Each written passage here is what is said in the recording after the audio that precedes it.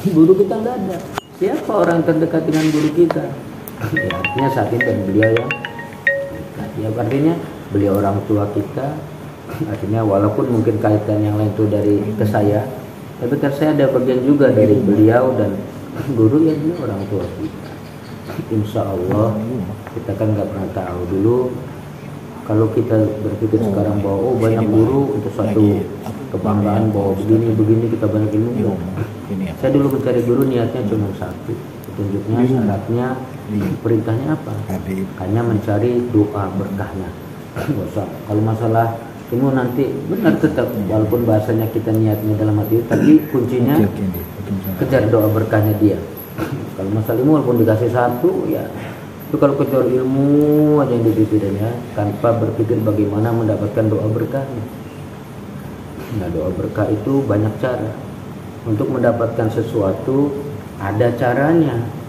Bukan cuma kita pengen, ya kita senang pengen orang tua sayang sama kita, kan ada cara. Bagaimana buat orang tua kita senang? Oh, mungkin dengan rajin di rumah, mau nyuci piring, mau apa, kan begitu. Ini tidak bisa memberikan sesuatu berupa materi. Apa yang kita bisa berikan? Tenaga, pikiran, apa? Nggak ada masalah. Dan dulu saya berharap dari beberapa orang yang saya pelajari, dan selalu saya meminta doa berkah, minta ya Allah, atau bah, kiai, atau ajengan, atau siapapun, doakan saya semoga selamat dunia akhirat. Amin. Amin, udah cukup doa. Kalau doa itu aja cukup. Dan saya yakinnya begini, tidak mungkin dari 10, 20 atau 50 orang yang saya pelajari, yang saya pernah silaturahmi, saya datangi belajar, tidak ada yang diterima doanya oleh Allah. Saya yakin gampang semua mah. Satu saja yang aminnya dikabulkan Allah, cukup bagi saya. Kan gitu ya Pak ya? Nggak usah 100, satu di hati ya Allah, ya kan gitu. Pak, Mbak, Yai tolong doakan saya, semoga hidup saya bisa selamat di akhirat. Amin, kata beliau. Ya ini aja terserah kalau gitu Pak ya. Nah itu bukan masalah saya pengen hebat, pengen cari saktinya, tidak. Buat hebat, sakti, banyak ilmu, kan nggak selamat. Dan itu yang terpenting. Dan seperti kata beliau, di beberapa orang tua yang saya pernah datang, terkadang kita prosesnya melihat sesuatu dari casing ya, fisik, ataupun dari penampilan. Itu bukan berarti membeda-bedakan semua guru kita juga, tapi kita banyak memandangnya dari casing tadi. Kalau nggak berpakaian agamis, sorban, jubah atau gimana, kan kurang mantap gitu. Tapi terkadang gitu, beberapa guru saya yang berpakaiannya kadang tidak menampakkan, bahkan sangat-sangat secara logika saya enggak, ya kalau kata bahasa emang nggak pantas kalau ukuran dohir, nggak ada tampang kiai, jangan lagi kiai deh, ustadz juga nggak ada deh kan gitu ya. Tapi luar biasa, beliau-beliau itu yang saya temui dari lagi nyangkol, lagi di kebun, lagi beternak, secara fisiknya jauh-jauh penuh yang pakaiannya, penampilannya kotor, mungkin lusuh pakaiannya itu. Tapi ternyata beliau-beliau sebenarnya muridnya ribuan, murid-murid beliau itu, cuma beliau malah begitu. Nah, jadi saya juga kepada saudara semua luruskannya tadi, jangan lagi yang dekat atau jauh. Seperti kata beliau, niat yang untuk ilmu, tolabul ilmi, silaturahmi. Kalau silaturahmi bahkan mau nagih utang aja niatnya silaturahmi, gitu ya Pak ya. Mau nagih utang aja niatnya jangan mau nagih utang, silaturahim. Itu kenapa? Berkah. Nggak dapat aja nih silaturahmi kan kita. Itu kalau nagih utang nggak dapat, jengkel kitanya, kesel kan niatnya nagih utang. Kalau silaturahmi luar biasa. Dan memang saya 10 tahun lebih tidak bertemu dengan beliau. Ya seperti inilah beliau gitu kan, dengan saya juga. Jadi intinya untuk ilmu duduk, ya kan belajar untuk ilmu seperti kata beliau tadi, bukan hanya ilmu agama, apapun ilmu yang sekiranya bermanfaat itu jadi satu kebaikan. Saking sangat baiknya, wajar kata Nabi kan, ini duduk itu walaupun nggak buka Quran, kita nggak buka kitab ya kan, apalagi kitab ya, Faisal dari Masyani, beliau juga ngajar Quran, ngajar tafsir nih, luar biasa kan gitu. Kalau kita di sini apalagi umumnya jamaah sini, jangan lagi ngaji kitab yang gundul, yang gondrong aja payah. Yang gundul kan susah ya, nggak ada tanda. Yang gondrong yang tandanya banyak aja susah, apalagi yang botak yang gundul ya. Tapi yakinlah, Nabi kan barang siapa yang melangkahkan kakinya ke majelis ilmu, maka Allah akan bukakan langkah pintu surga melalui langkahnya. Allah akan bukakan. Kedua, duduk kita begini sesaat. Lagi kalau ngaji, duduk suka saatan, dudukkan sesaat di majelis ilmi, kan di dalam majelis ilmi, khairum min alfi rakaatin, itu jauh lebih baik, lebih afdol dari 1000 rakaat salat sunnah. Kita seumur hidup saya belum pernah jalan salat sunnah 1000 rakaat. Ya, waduh, dua rakaat males ya Pak. Tapi Allah beri fasilitas loh, yang mudah, yang simpel duduk gini, udah kasih makan fasilitasnya, wah ini lebih rumah makan ya, restoran, makan, duduk, ngopi, tinggal duduk saja.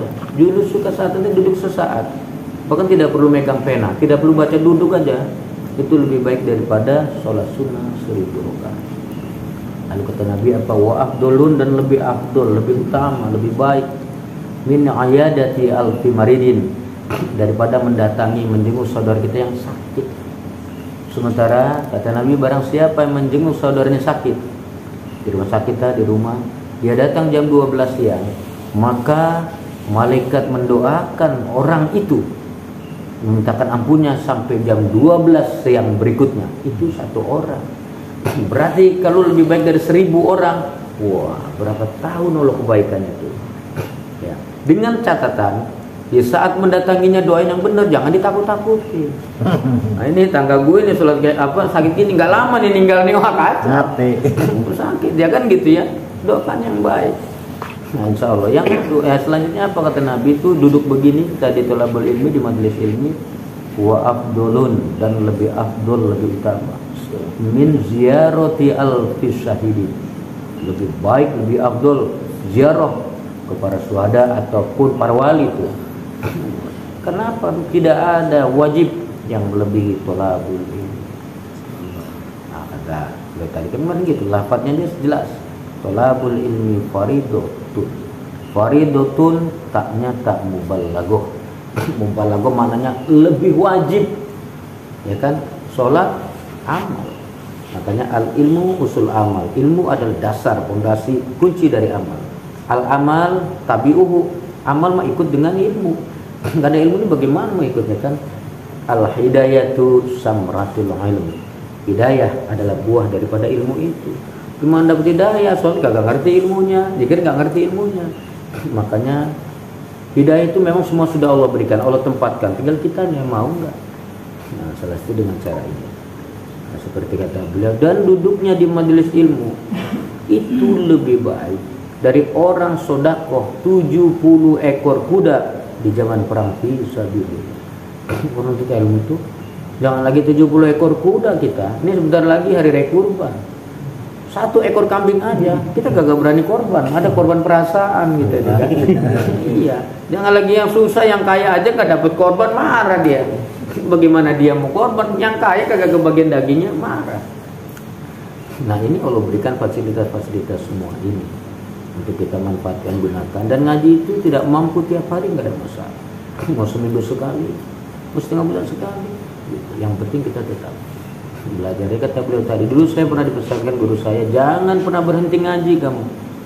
Walaupun 1 hari saya bingung bagaimana. Sementara saya sekarang mau ngaji sama siapa gini. Ternyata kata beliau tadi, ngaji itu di mana saja, tidak harus secara formal ataupun informal. Tempatnya, waktunya, kondisinya. Bahkan di jalan pun bisa ngaji kadang-kadang gitu. Begitu memahami, oh nyampe di bengkel kita belajar dengan bengkel. Bahkan di HP aja bisa jadi ngaji kan gitu kemarin Pak ya. Iya. Dengan HP kita ngaji. Gitu, dengan pisang kita ngaji. Kenapa pisang itu awalnya getah itu untuk apa? Pahit segala. Kan itu nanti sumber manisnya. Gitu. Jadi segala sesuatu yang kita temui bisa aja ngaji. Cuman kalau ngaji itu membaca, mengkaji itu memahami. Setelah di jalan, oh begini. Oh begini, termasuk seperti beliau. Kenapa pesawat sampai di delay 2 jam? Baik sangka dengan Allah. Bisa jadi Allah tunda waktu 2 jam itu karena ada sesuatu di balik rahasia 2 jam. Kalau kita baik sangka dengan Allah tadi kan. Yang Nah, selanjutnya alhamdulillah seperti kata beliau tadi, kalau mungkin beliau cerita perjalanan yang berkaitan dengan guru-guru kami ini, ya mungkin panjang ya Pak ya. Dan intinya berkahnya dari datang di orang itulah, artinya dari kita semua dan beliau ini, karena cuma yang saya pahami dari yang diajarkan beliau guru kita, termasuk beliau ini, terkadang dari sekian ratus sekian ribu santri, kalau kita lihat sudut pandang zahir, mungkin beliau apa? Karena ada beberapa santri yang mungkin kayaknya itu kiai, itu ustadz, sementara beliau tukang bekam, kan gitu kayaknya. Tapi kenapa guru dan Allah berikan satu amanah itu beda? Kenapa Allah terkadang lebih cenderung mencintai, menyukai seseorang bukan masalah hebat saktinya ini, tapi kejujuran, ya, ikhlasnya, sabarnya, itu yang jauh luar biasa. Gunung itu kuat, tapi kalah dengan apa? Dengan kalah dengan api, kalah air kuat, kalah dengan angin. Ya kan, dan 4 unsur alam itu punya kekuatan, tapi bisa dikalahkan hanya dengan orang-orang yang ikhlas. Beliau bahaya kalau dalam laut dulu, wah, kenapa Bang nggak menyeberang laut gitu? Bahaya laut, kenapa? Kirain orang mah nggak ada duit mau beli tiket gitu ya. Tapi inilah alhamdulillah. Dulu berapa tahun nggak sempat sini Pak ya? Ya 2 tahun.